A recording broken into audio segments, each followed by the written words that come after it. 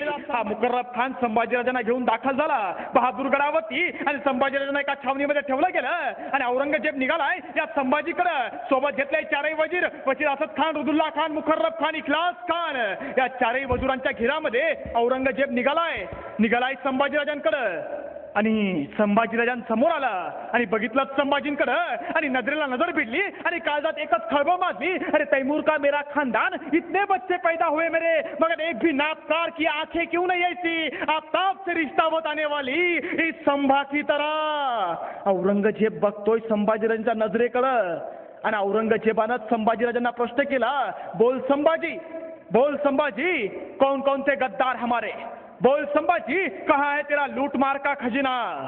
आमच्या इतिहासानं आम्हाला शिकवलं की औरंगजेबानं संभाजी महाराजांना प्रश्न केला की संभाजी बोल इस्लाम धर्म स्वीकारायला तयार आहे का, आणि संभाजींनी सांगितलं तुझी पोरगी देत असला ते इस्लाम धर्म स्वीकारेल म्हणतो। बांधवांनो, आमच्या इतिहासानं ही चक्क थाप मारली, भटाबामणांना आम्हाला हे चुकीचं शिकवलं, लक्षात घ्या। कारण त्यावेळी औरंगजेबाच्या दरबारामध्ये जो इतिहासकार आहे त्याचं नाव आहे खापी खान, तो असं लिहितो की औरंगजेबानं संभाजी महाराजांना दोनच प्रश्न विचारले। पहिला प्रश्न आहे बोल संभाजी कहाँ है तेरा लूटमार का खजिना, आणि दुसरा प्रश्न आहे बोल संभाजी कहाँ है तेरा कौन कौन से गद्दार हमारे। दोनच प्रश्न विचारले। इस्लाम धर्म स्वीकारशील का हा प्रश्न औरंगजेबानं विचारलाच नाही, आणि तुझी पोरगी देत असला तर इस्लाम धर्म स्वीकारील असं संभाजी महाराजांनी उत्तर दिलंच नाही। कारण त्यावेळी औरंगजेबाला जी मुलगी आहे तिचं नाव आहे जेबुनिस्ता, तिचं वय आहे 51 वर्ष आणि कैद केलेल्या संभाजींचं वय आहे 32 वर्ष। 32 वर्षाचा कोणता युवक 51 वर्षाच्या स्त्रीशी लग्न करणार आहे, हा साधा हिशोब आम्हाला नाही कळला। आणि औरंगजेबाने विचारलं संभाजीना, बोल संभाजी कहाँ है तेरा लूटमार का खजिना, बोल संभाजी कौन कौन से गद्दार हमारे।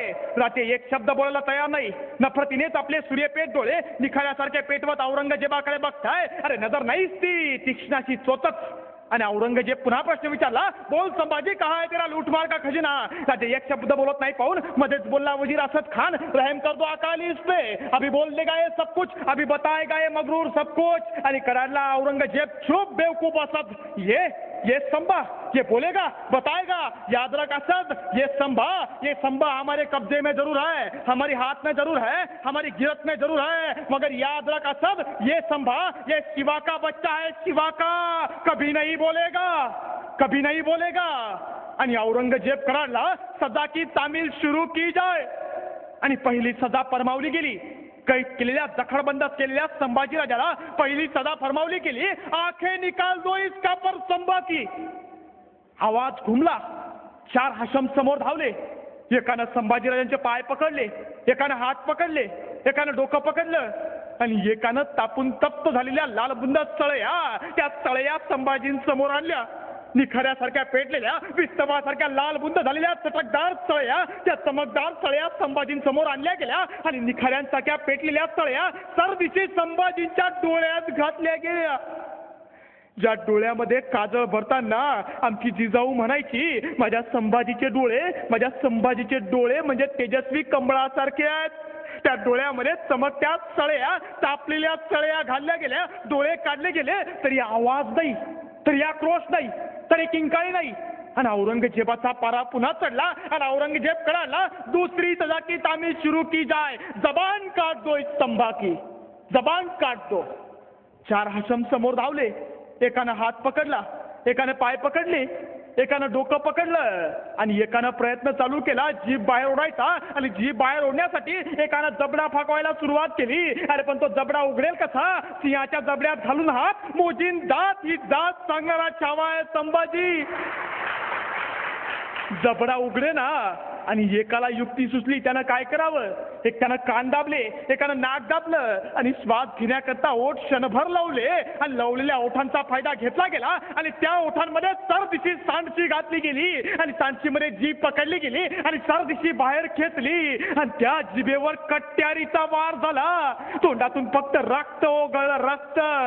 जगदंब जगदंब म्हणणारी जीभ समोर पडली होती, वळवळत समोर पडली, तरी आवाज नाही, तरी आक्रोश नाही। आणि पुन्हा औरंगजेबाचा पारा चढला आणि तिसरी सजा फरमावली गेली, तिसरी सजा की तामील सुरू की जाय। आणि साखळदंड बांधलेला, जबान छाटलेला, डोळे काढलेला संभाजीराजा समोर आणला गेला, अंगामध्ये तक्ते कुला अडकवला गेला आणि 2 पठाण समोर आले। वाद्यांचा कजर सुरू झाला. शहादाने वाजायला लागले, तुताऱ्या फुंकल्या जायला लागल्या, करणे वाजायला लागले आणि दोनही पठाणांनी आपल्या हातामध्ये वाघनखं अडकवली. वाघनखं आणि एकानं मानेपासून तर दुसऱ्यानं मणक्यापासून ती वाघनखं संभाजींच्या शरीरामध्ये घुसवली आणि संभाजी राजाचं उभं शरीर सोलून काढलं. डाळिंब सोलावं ना तसं उभं शरीर सोललं गेलं आणि तरी आवाज नाही, तरी आक्रोश नाही, तरी किंकाळी नाही आणि पारा चढला आणि कडाडला औरंगजेबाचा सरदार असद खान. अरे देखते क्या हो, पठाणांकडे बघून कळला